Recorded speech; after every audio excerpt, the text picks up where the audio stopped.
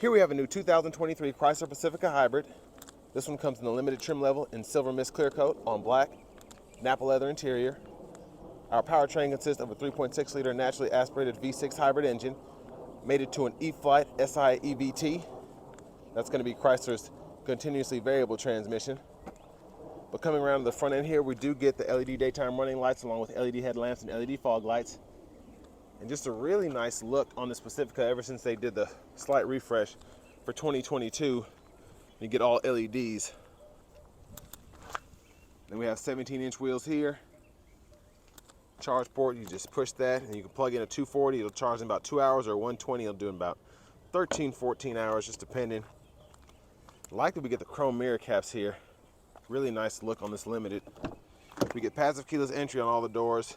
And over here we have our power window controls. They're going to be all one-touch automatic up and down. Power door lock controls, rear window lock there. And then we have our power folding mirrors. And we can adjust, pick a side, use that. And then we have the fold option, and we have blind spot monitors in those. Memory seat functions here. Now I have a Pacifica Hybrid Touring L, and mine's a 22, and I don't have this nice wood grain here, so I like that. Then we can pop the gas cap here, and then nice size pocket here, big bottle holder there. Headlamp controls are here. We can adjust the interior lighting or the gauge cluster there. Then we can put our fog lights on and all that. And there's our power driver's seat with power lumbar support.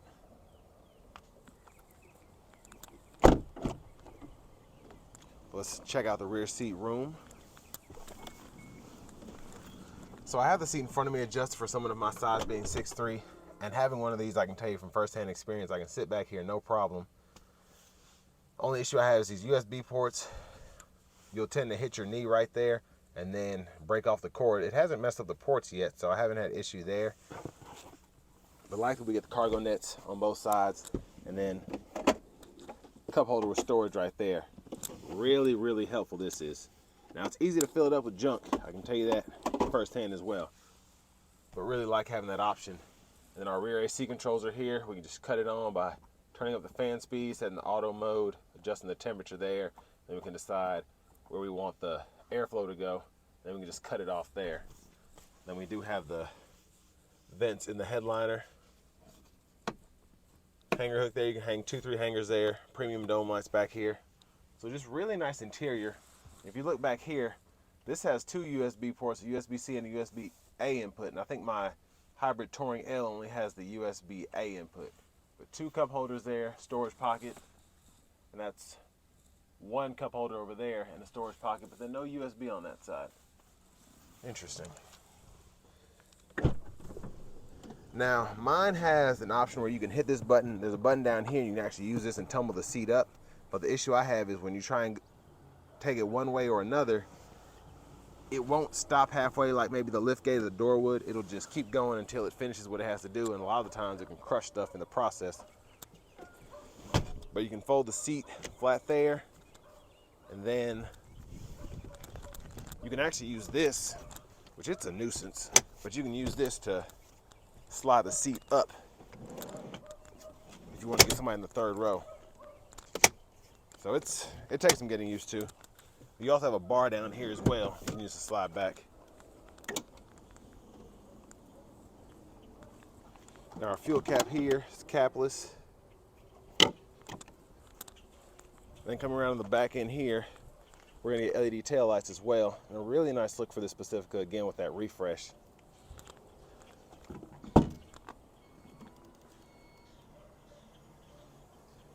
Now we do get the 3rd row stow and go seating here. That's where the charger is. We have a few storage compartments there, and your battery's gonna be right there. You can hook the terminals up. But for this, you're gonna fold this down first. Make sure this headrest is down, and then you'll pull this, and then you'll use this strap to actually stow it like that. And then just really easy, just go in reverse, and you can lock it back into place, and then you're good to go.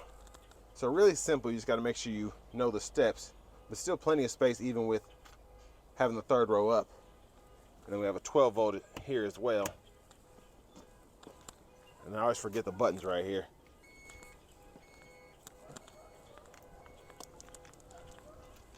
But coming around to the front passenger seat, like that we get power with power lumbar support in the Limited. And we also have a lockable glove compartment as well.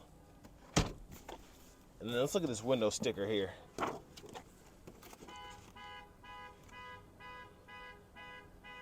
So I like that we get the 8-way power driver and front passenger seat, the CarPlay, Android Auto, and I know you get at least wireless Apple CarPlay because I have that in mind.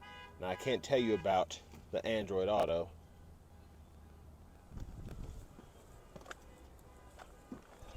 But let's go ahead and take a quick look in the engine bay.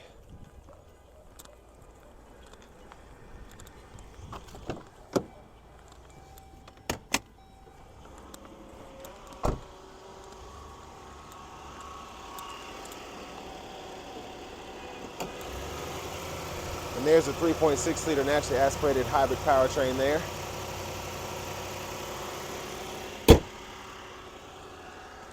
Let's go ahead and make our way to the driver front seat here. Now I do like the padding in this Limited. This feels really nice. Now the Touring L has about the same amount of comfort. I just feel like the steering wheel is a little bit thicker in the Limited, but I might just be tripping. But really like that you can heat that. And then going to the radio here, this one does come with navigation, which the Touring L does not. But home page, really nice look. And then you can go between AM, FM, or XM. And then you also have the option of Bluetooth audio, and like I said, that Apple CarPlay, Android Auto compatibility too. And then you can pull up your AC controls here on the screen. Pretty fast. I tend to like to use the buttons better, but when it's actually up here, I really like that I can just put that there, or my favorite thing to do is to click this in that screen, and then I can actually heat or cool the seats. You get 2 stages for that, and then you can actually sync the temperatures. All your quick shortcuts are right there. And then of course when you go into there, you can get real nitty gritty with it. Set your exact fan speed, auto if you want to turn that on. So it's really easy to use, like I said, and I love having the cooled seats in the Limited. And there's our backup camera there. Really good picture. Guidelines follow you as you turn the steering wheel. And then I forgot what the safety package is called. Believe it is, there it is, safety sphere. The safety sphere allows you to have the front and rear sensors, that 360 view, and then you also get different angles as well. But there's the front camera there. I like having that. So you only get one camera view in the Hybrid L, the Touring L, without the safety sphere. So, but navigation, love the clear picture with that. You can add your homework, all of that. And this is one of the few navigation systems that I would actually use, as opposed to some of the ones that you get in your vehicle that you'd never touch. You'd rather just have the Apple CarPlay or Google Maps, whatever. But I really like this mode, and I keep it on quite often so I can see how much power the engine is using, how much the battery is using, how much the climate is taking from the actual setup. And then you have different apps that you can pull up as well.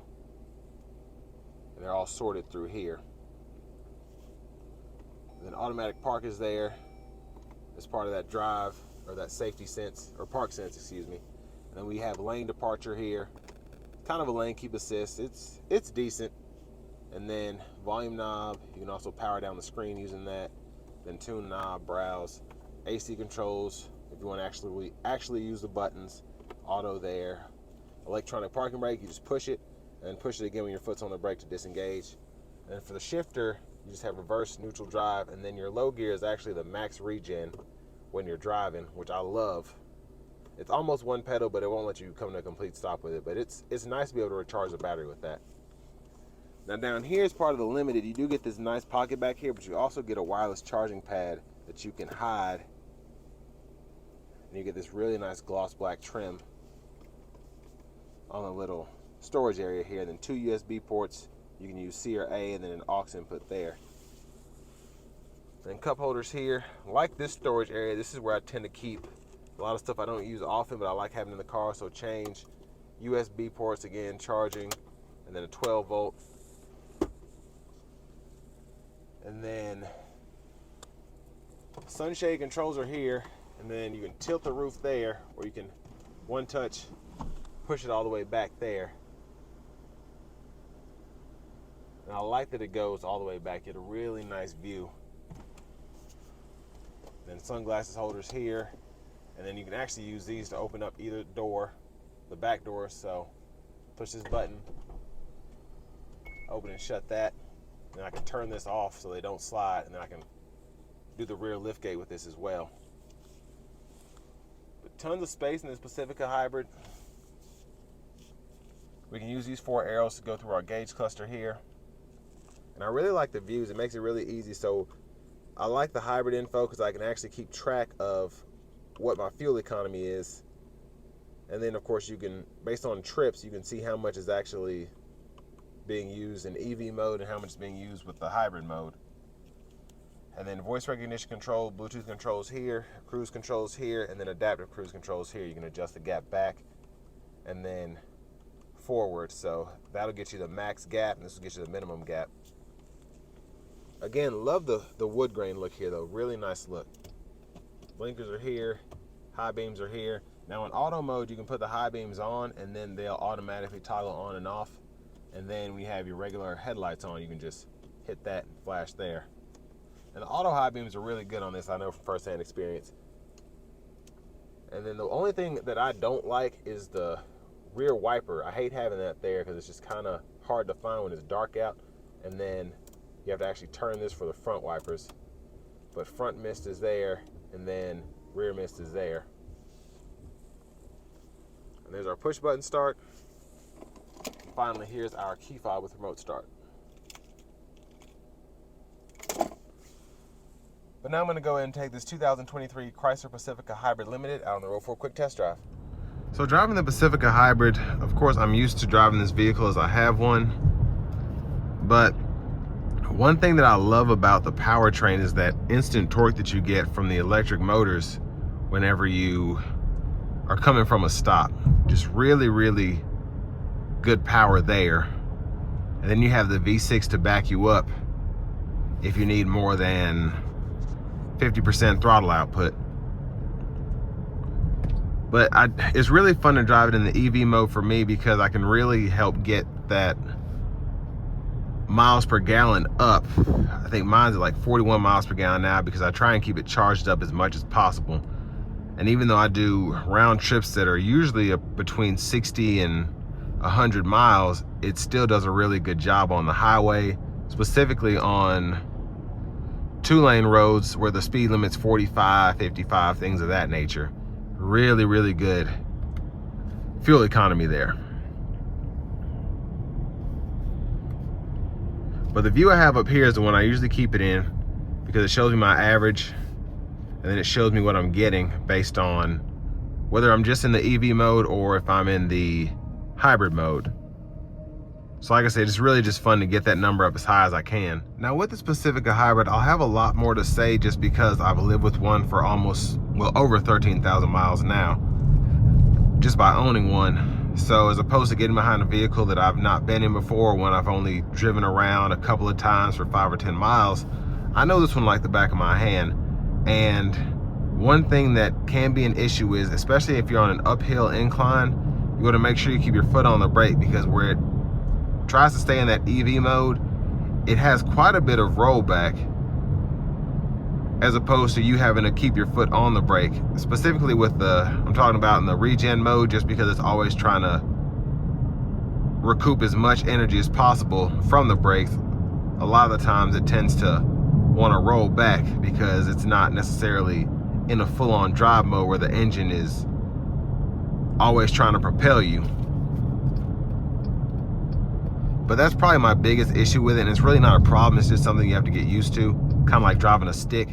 And really love the hybrid just because, yeah, the fuel economy is great when you're just using the EV mode, but when you put it into that realm above the 50% power, you're getting the gas engine and the electric motors working, and that's where you feel a really nice thrust of power.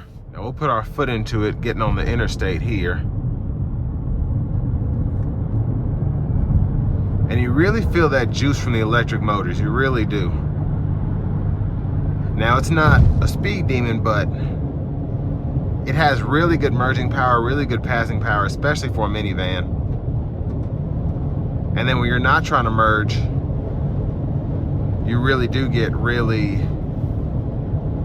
good efficiency in terms of fuel economy and being able to use the battery.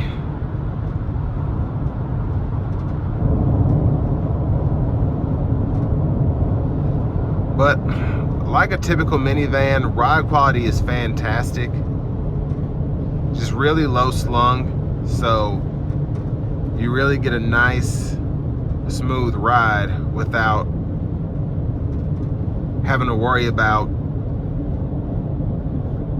anything really. I mean, the braking pedal feels good, the gas pedal feels good, the steering feels nice, the suspension is smooth, but still you're able to feel the road.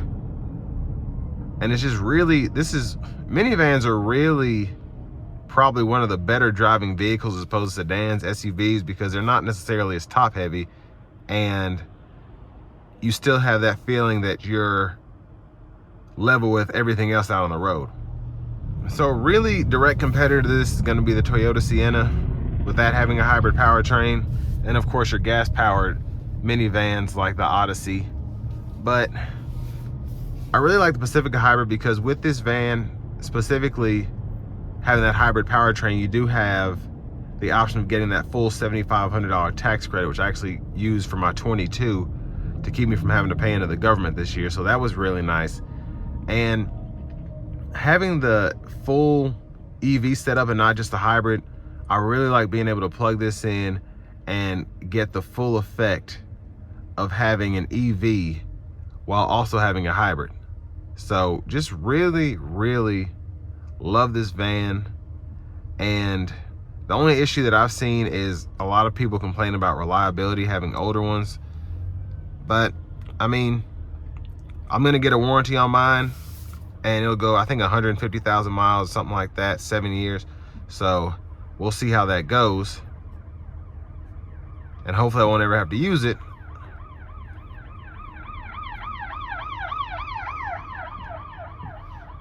That Franklin, Tennessee traffic is always awful, doesn't matter what time of day it is. But anyways, so just a really, really good van for the money, in my opinion, especially if you can get one for 50 or 60 grand, because you're only really paying $7,500 less than that. So it's competitive with the market, and especially in this Limited, I think you get a lot for paying an extra 10 grand on top of the hybrid touring trim, having the cooled seats, having the sunroof, having the navigation. But like I said, I mean, I own one, so I definitely love them, but just a really good option in terms of the competition. And if you want something that's easy to drive, easy to haul your kids in, and just easy to own. So this will bring me to the end of my review of the new 2023 Chrysler Pacifica Hybrid in the limited trim level.